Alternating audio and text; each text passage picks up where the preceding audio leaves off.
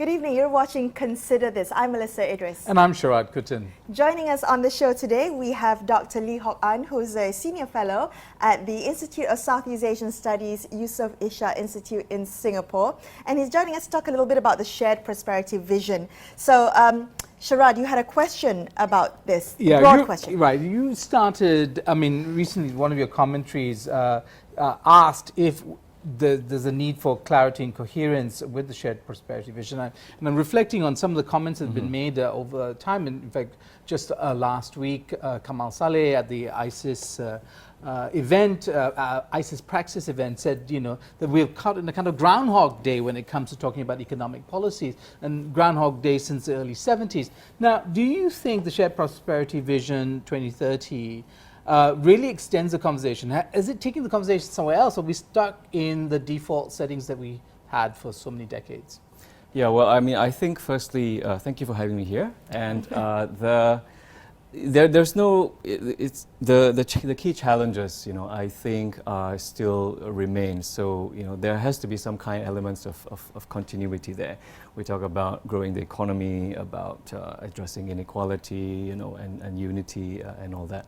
That's a very interesting point that Kamal Saleh had brought up, because yes, those things have persisted since then, but I would like to have an added twist to that, which is that the new economic policy, I think, articulated some differences between poverty alleviation and social restructuring, it was called, in a way that was very clear. And I think over time we have lost track of that clarity. And what I have argued, and I think one of the my main observations about the shared prosperity vision is that it's lacks that distinction between policies that are targeted and principal objective is poverty alleviation in providing basic needs, articulating where those specific interventions are and the basis for that.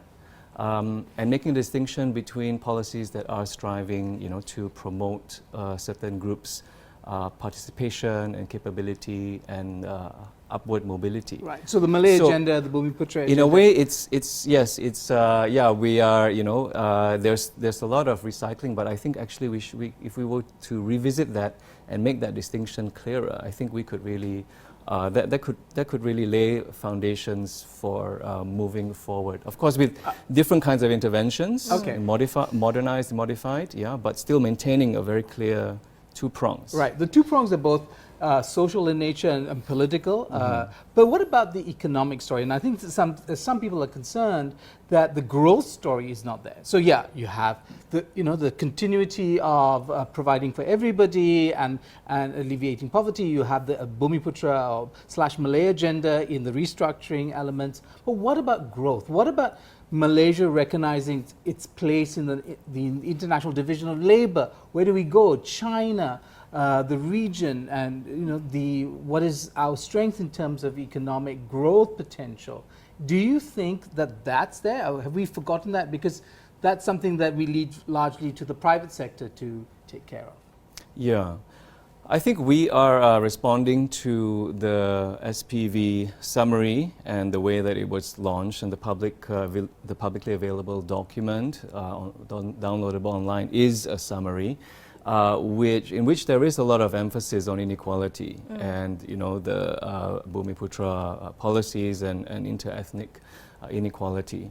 I don't think that necessarily will reflect the final product, maybe not even the full document. Next year, this is part of the policy dialogue, I hope, that has been kick-started. And I'm sure, yes, there's already been the kind of feedback and highlighting the lack of attention to that.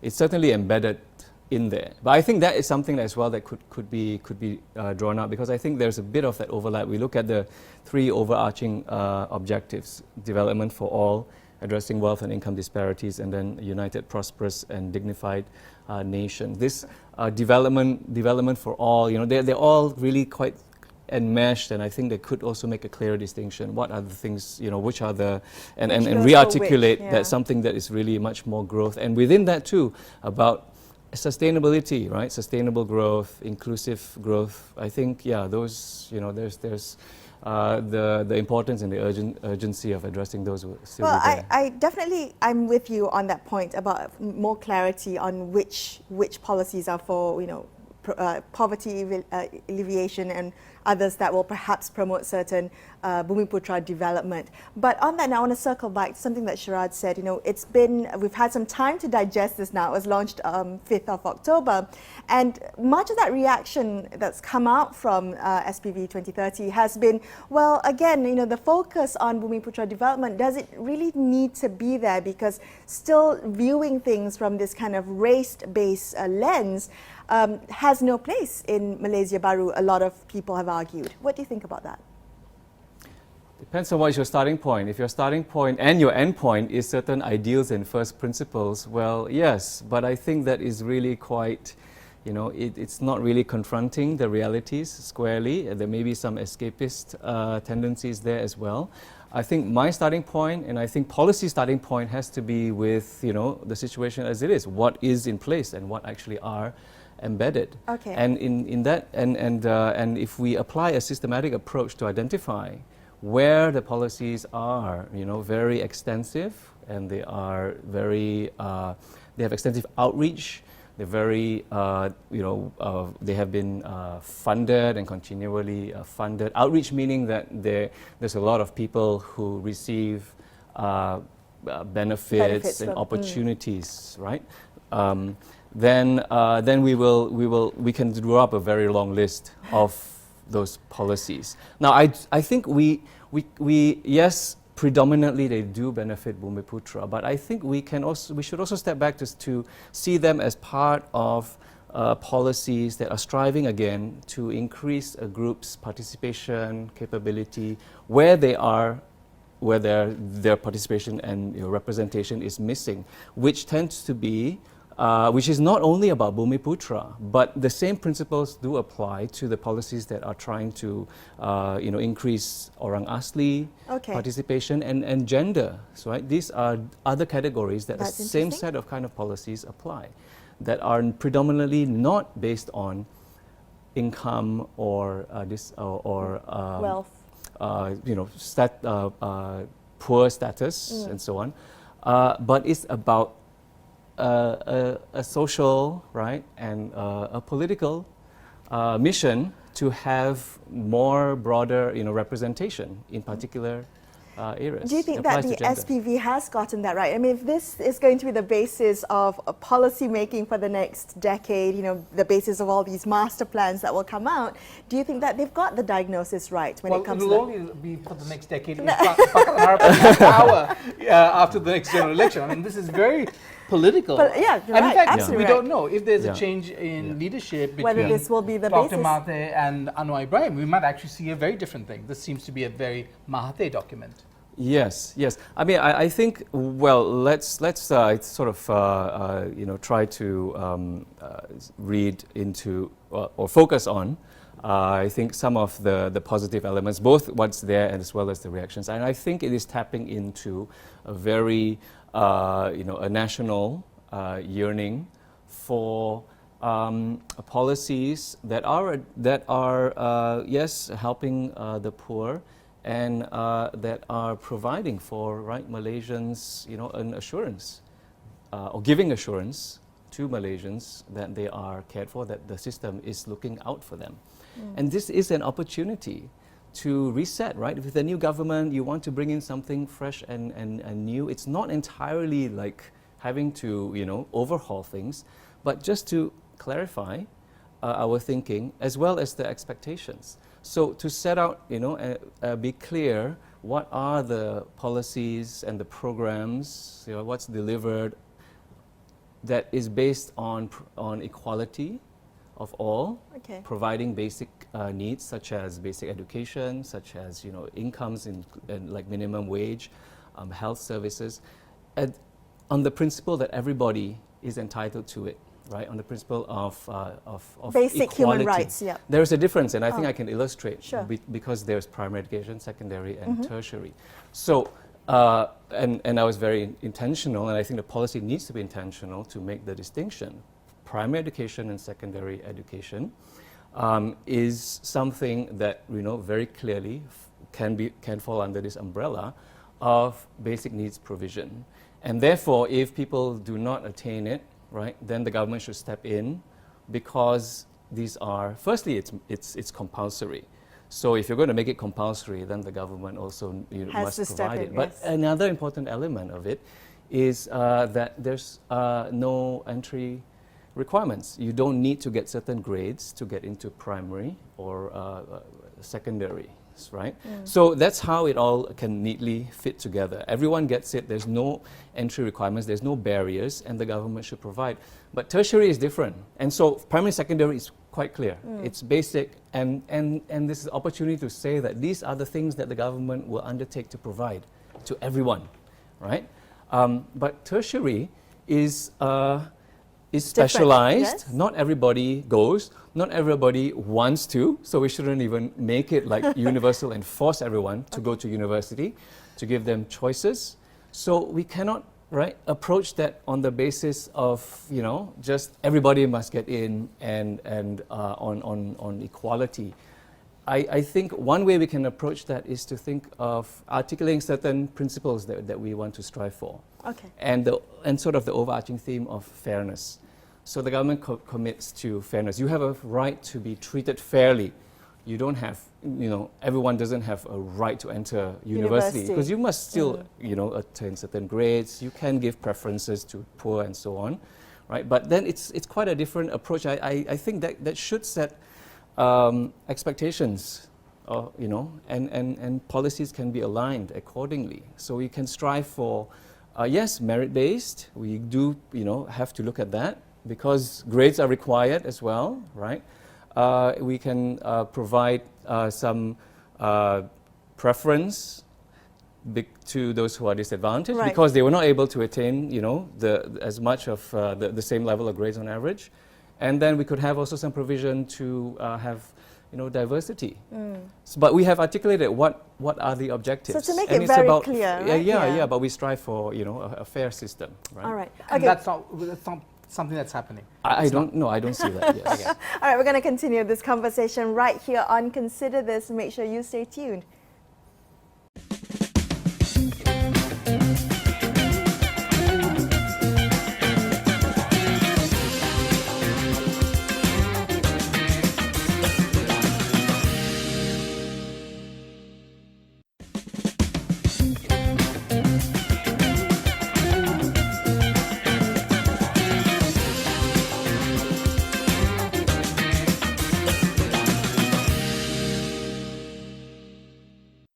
Hi, welcome back to Consider This. I'm Melisa Idris, with me Sharaad Kuttan, and our guest today is Lee Hock An, the Senior Fellow at the Institute of Southeast Asian Studies, Yusof Ishak Institute in Singapore. Now we're talking about Shared Prosperity Vision 2030, and coming back to the conversation we had before the break about clarifying the difference between perhaps needs-based and race-based policy direction. Yeah. And in fact, there are many platitudes and cliches used both by people who support the old dispensation and their assumptions about the role of government and so on and so forth, and the new kind of rising, emergent Malaysia Baru and its aspirations, right? And you say in your commentary, there's no escaping trade-offs and contestations when it comes to competing interests, whether you cast as Bumiputra, non-Bumiputra, so on and so forth. And you said you can't do that simply by invoking the expression, let's just help the poor. It's a very popular one. Tell us why you kind of zeroed in on this particular platitude. Yeah, well, I think the starting point is that, yes, and you said you call it a platitude, which there's among segments of society that have been discontented with race-based policies in this country, and I think it cuts across the spectrum. It's not something that we should easily just simply stereotype who are the people who hold these views. There's this gravitation, this sort of very rapturous embrace about, let's have need-based policies replace race-based And I think it's you know, it's really muddled, and I think it's quite confused again, but because it's not really, I think, and I want to emphasize, because when it's presented in this kind of general sense, as a whole system, right? So, I mean, I think to illustrate a little bit further, what are the race-based? And again, I think the starting point has to be, you know, to diagnose what is the situation. They are, besides tertiary education, which we talked about, it's about participation moving upwards at the higher level. So the interventions are in professional occupations and management. So it's not about the lower level, and lower wage jobs, but that upward mobility, promoting education so that they could rise up in towards professional and management, in business, in enterprise development, in GLCs, in wealth ownership.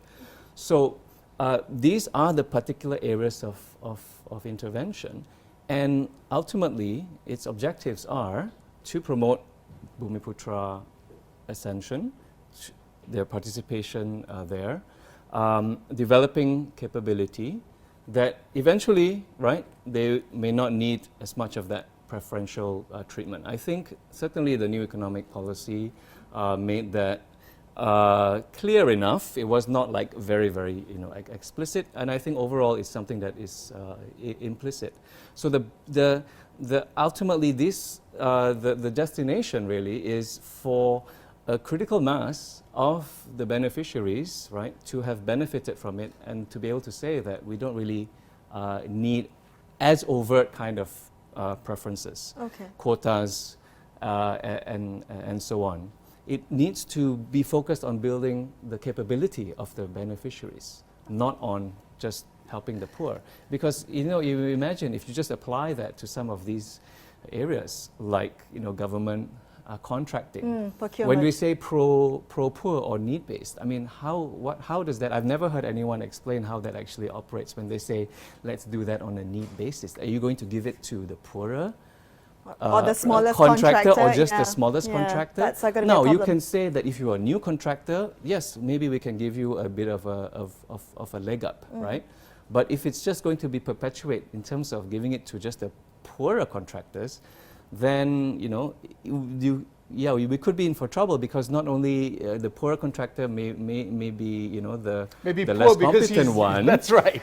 Yeah. And you're dealing with infrastructure and public safety as well. So we have to be focused on those who are capable. Now we can look for ways to help them graduate, so you can receive the benefits at a certain level, and then you need to scale up in order to get some preferential treatment. So there are other these sort of ways, policy methods and ways that we still I find that quite interesting, because you talked about this being that's the destination, right? Having this kind of priority to look at increasing Bumiputra capability and participation. But I want to talk about the starting point, and I want to question whether the assumption is correct at that starting point, in the fact that whether there is significant disparity inter-race. So do Bumiputras need the help that is being afforded to them?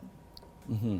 Well, I think we can touch on something that the SPV pointed out, and I think, and what I think also should, I would like the attention, I think, to be kind of deflected a little bit, in that it did point out in this is very much the trajectory that we're of the past documents, which is looking at inter-ethnic household income, but at the national level.